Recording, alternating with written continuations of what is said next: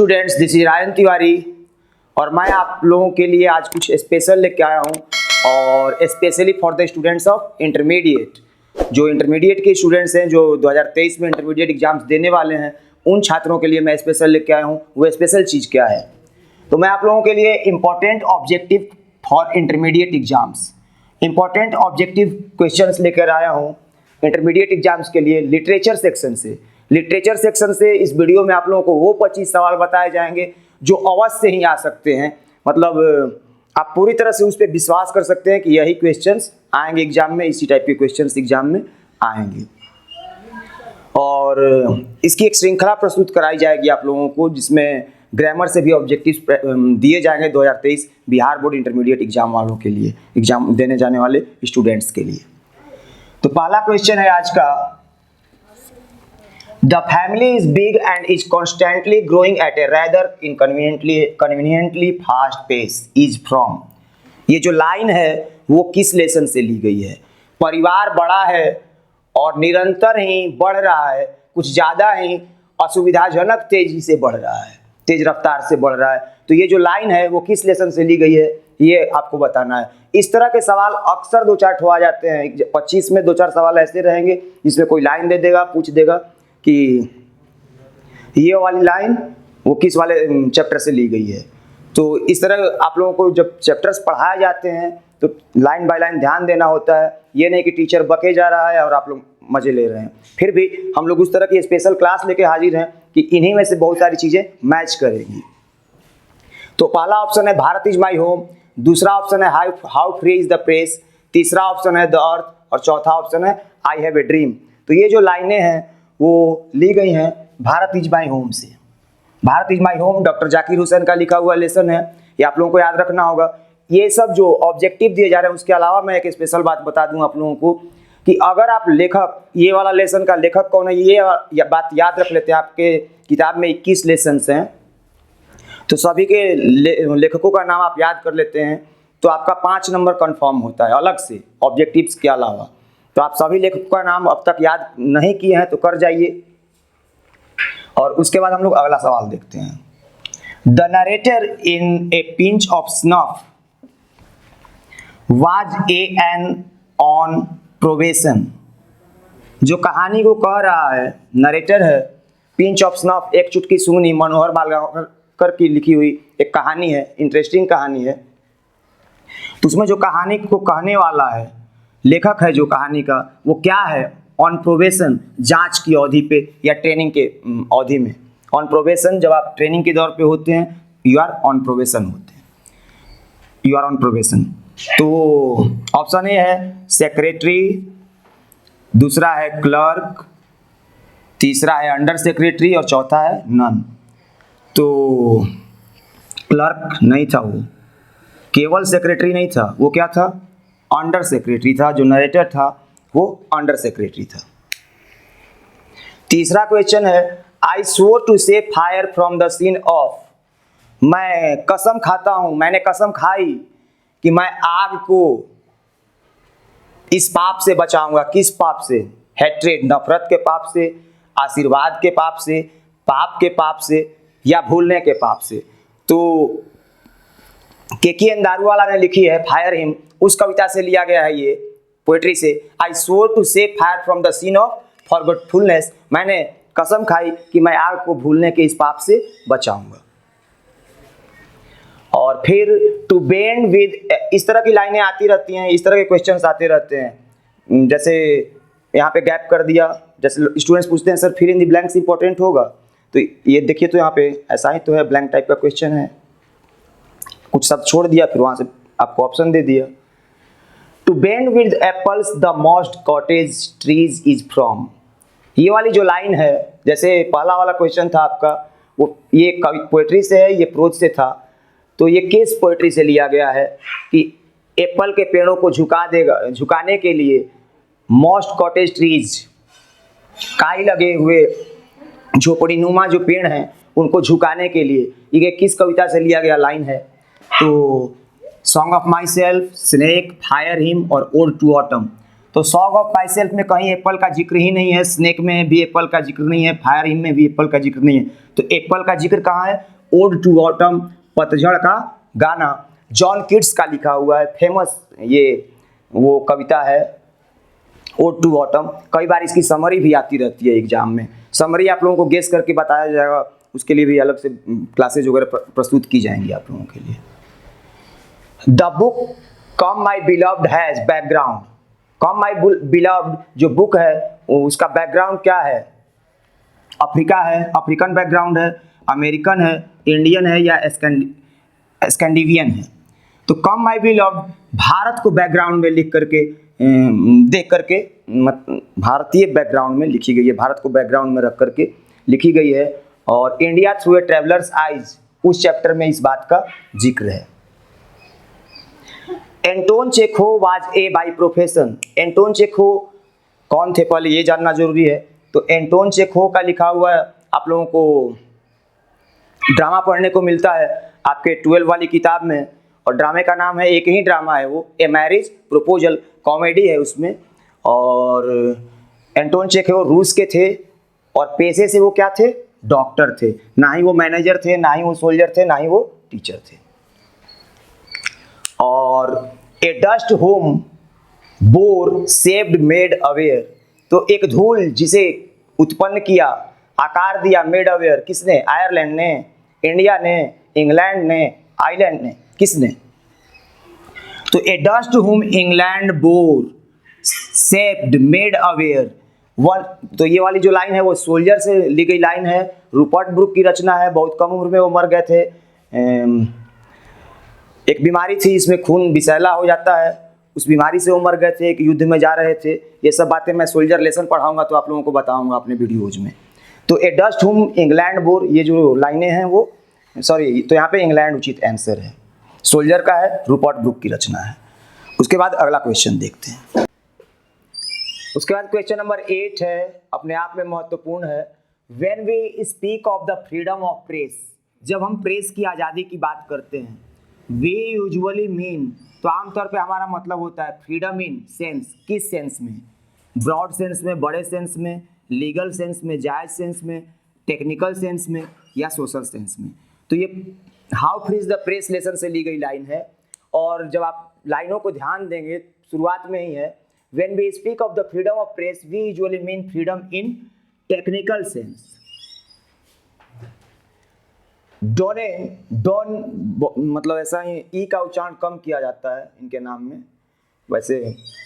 तो इन्होंने Donne studied law and read philosophy, theology, philosophy repeat हो गया,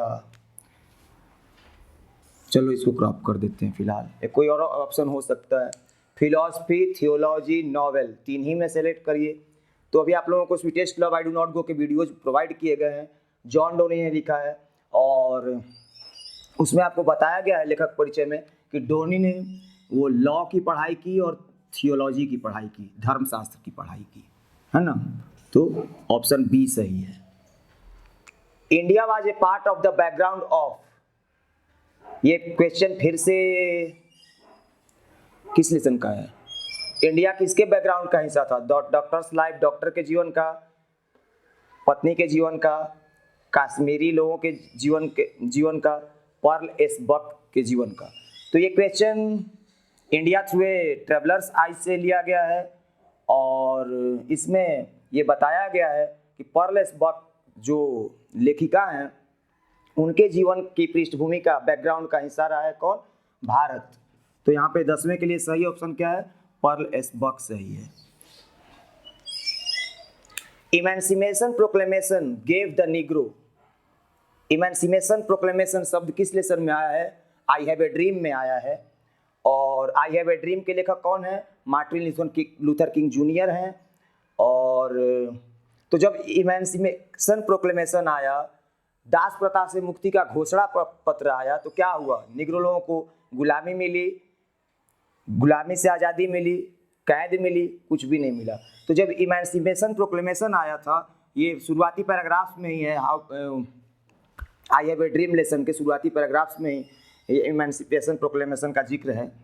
तो उनको फ्रीडम फ्रॉम स्लेवरी मिली, गुलामी से आज़ादी मिली। हालांकि वो कागज़ पे मिली, अगर लेसन पढ़ने से पता चलता है कि कागज़ पे ही केवल उन लोगों को, निग्रो लोगों को आज़ादी मिल पाई, लेकिन फिर भी उन्हें आगे संघर्ष करने की ज़रूरत पड़ी, जो मार्टिन लूथर किंग के अंडर में उन लोगों ने किया, और तब जाके उन लोगों को पूर्ण स्वतंत्रता अमेरिका के निग्रो लोगों को मिल पाई। आई हैव ए ड्रीम एक अच्छा लेसन है।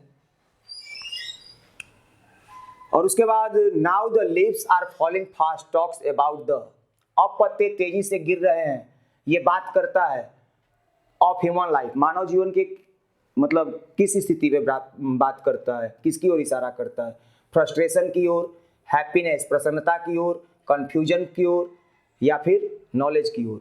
तो अब पत्ते तेजी से गिर रहे हैं, वो मानव जीवन की निराशा के बारे में बात कर रहा है। जैसे जैसे बुढ़ापा आता है, आदमी निराशा की ओर बढ़ता जाता है, तो पत्तों का गिरना वहाँ पे निराशा का सूचक है, फ्रस्ट्रेशन का सूचक है।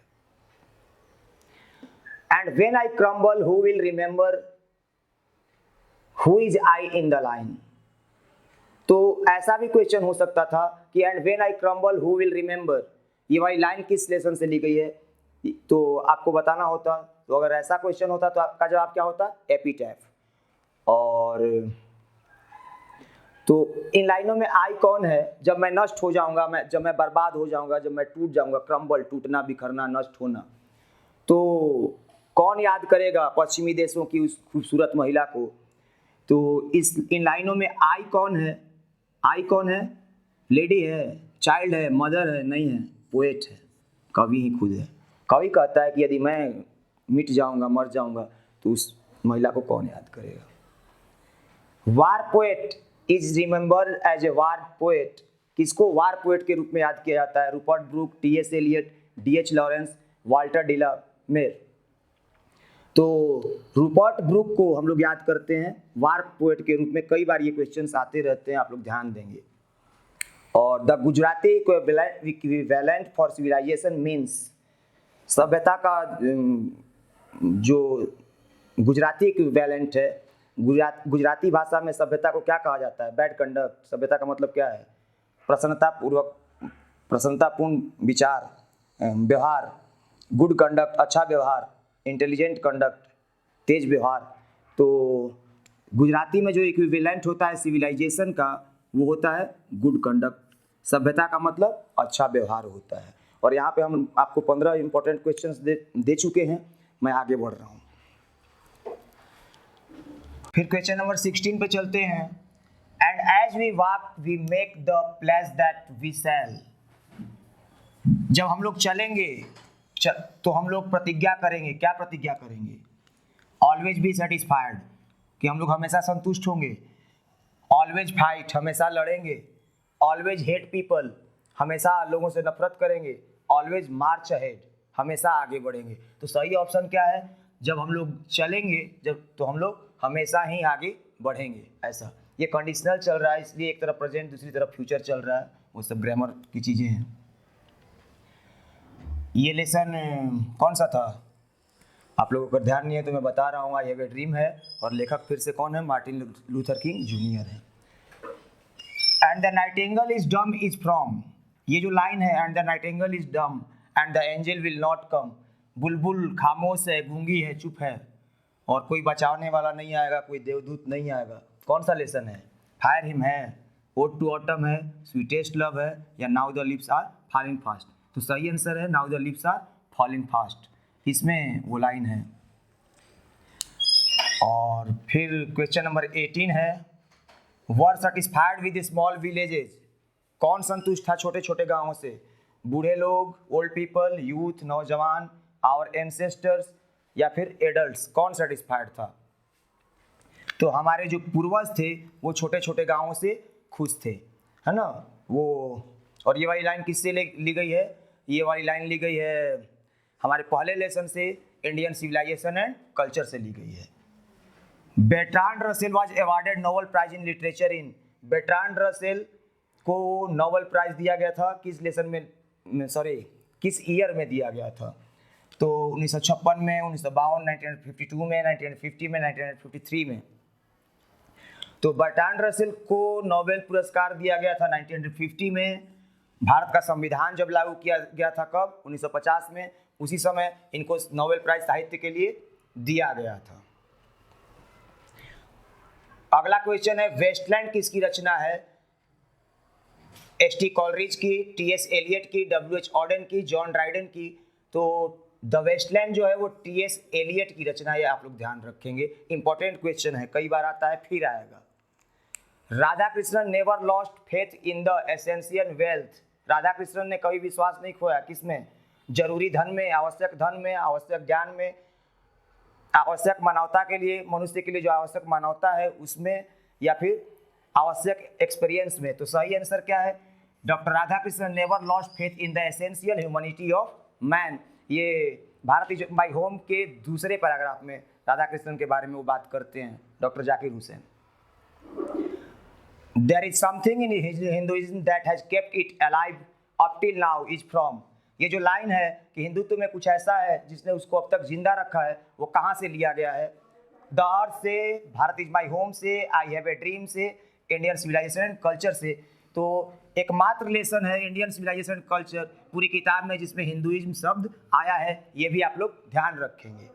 उसके बाद क्वेश्चन नंबर 23 है, Walter de la Mare makes us aware of the, किस चीज से हम लोगों को अवेयर कराते हैं? एपिटैफ के लेखक हैं।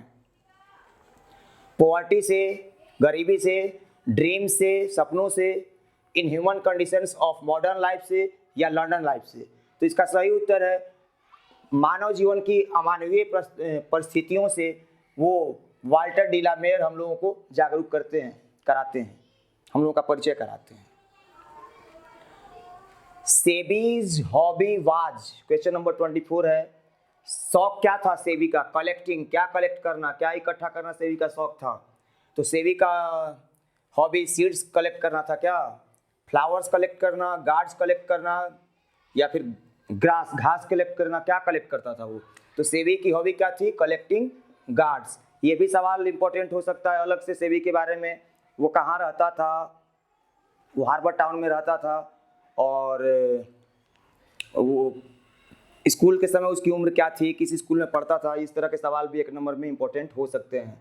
सेबी किस लेसन में था? द आर्टिस्ट लेसन है। सिगा नोया जापानीज राइटर हैं, ये भी आप लोग ध्यान रखेंगे। और अंतिम, आज के लिए अंतिम सवाल पे आता हूं मैं। The line hoping to cease not till death is taken from,